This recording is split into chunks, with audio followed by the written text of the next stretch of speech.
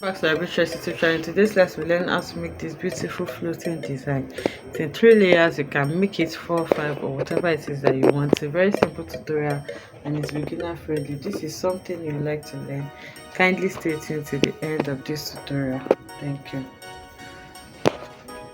Okay, so for this design, I'm using this doll face fabric, but you can use a satin fabric if you want that shining effect, or a mikado, just something shiny and strong. Okay, because you need this to be strong. Doll face is a bit soft, so what you just need to do is to measure the space where you're going to be placing this design. In this case, you measure from your waist round, from the front waist round to your shoulder area, and then back to the back waist. So once you have that measurement, that's going to be your length. Okay, so for me, for this design, I'm just going to be working with around 30 inches for the length, and then for the width, this depends on how wide you want each of these designs to be. So for this tutorial, I'm going to be working with around 6 inches including seam allowance. So to shape it, I'm just going to pull this on fold like this.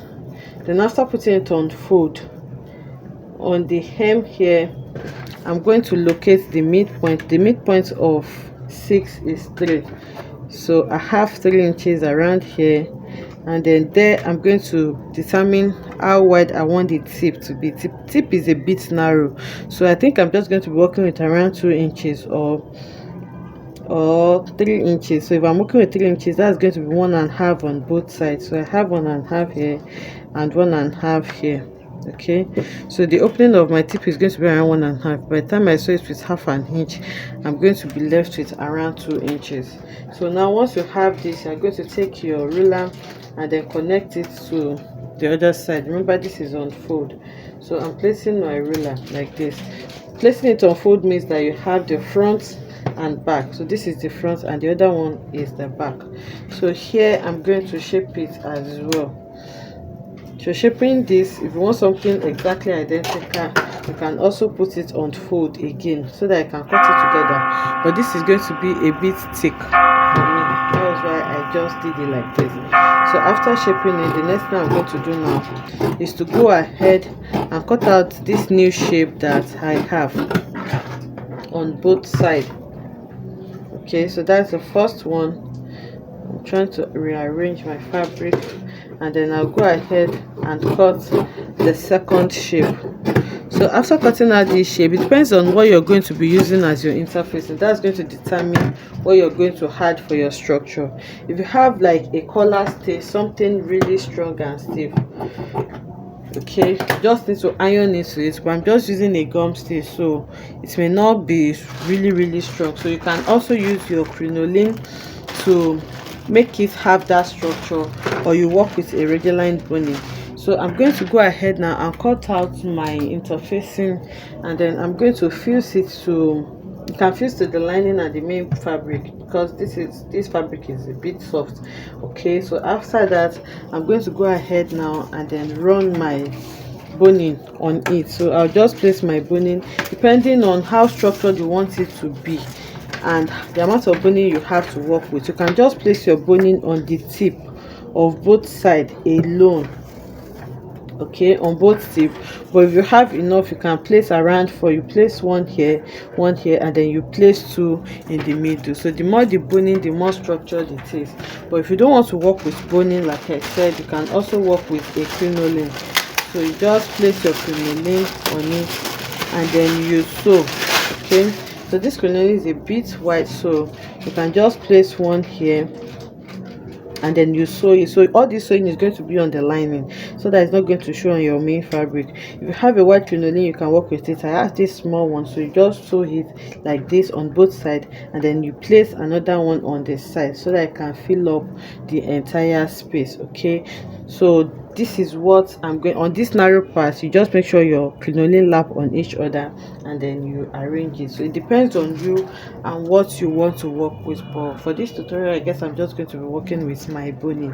So I'll go ahead now and fuse my interfacing to this, and then I'll show us how I'm going to add the boning.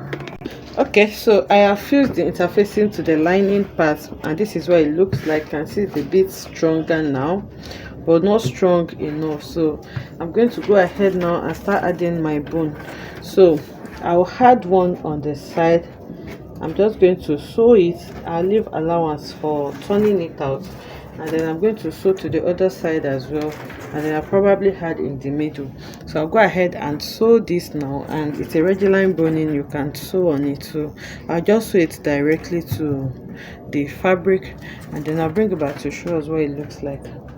So I added one bone on this, on two on the side, and then one in the center. So you can add more if you have enough, or if you want more structure, you can add even in between these two lines so that you can have it more structured like this. But this is what I have so far.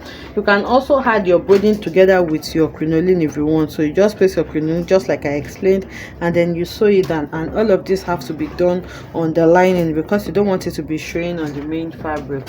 So now after this, you can iron this first before you turn with your main fabric, or you can just lay it on the machine now and then place your main fabric on it, and then you sew.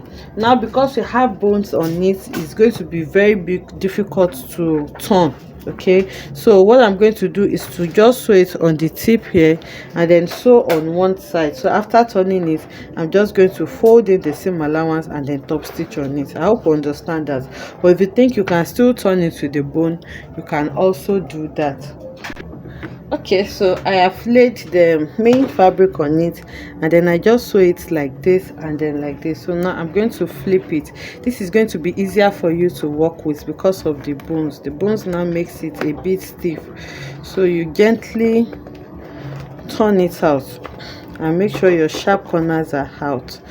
So you do this for the two sides. Now on the other side that is still open, I'm going to fold in the seam allowance. You can top stitch on it if it is proving stubborn, or just sew your hemming glue now to gum it down. So now here I'm going to iron this place down so that I can stretch this part out, and I'm going to fold in the allowances that I have here so that I can completely close this part up. So I'll go ahead and do that now and bring it back to show us what we have. Okay, so I have sewn it down now, and you can see how flat it is looking. I just top stitched on it. So now I'll go ahead and iron it. So now the next thing you need to do, you can see after folding it, you can see how structured it is looking, even with just 3 bones and a paper stay. So for if you want it more structured, like I said, you can work with a harder stay so that you can have something really strong. But this that I have is also nice. Now you need to make as many as you want, but for this tutorial I think I'm going to make extra 2 so that I can have 3, so that I can show us how we're going to be styling this. So I'll go ahead and make exact same thing for the other ones as well, and then I'll bring it back for us to style it when I'm done with making them. So I've gone ahead to make 3. Okay, so if you're making yours, if you don't want this wide, remember we use 6 inches for the width. You can use 5 or 4 inches, but because I'm using just 3 and I want it to be big enough, that's why I made it 6 inches. So this is what each of them looks like. So now to form that design, all you just need to do now is to arrange it.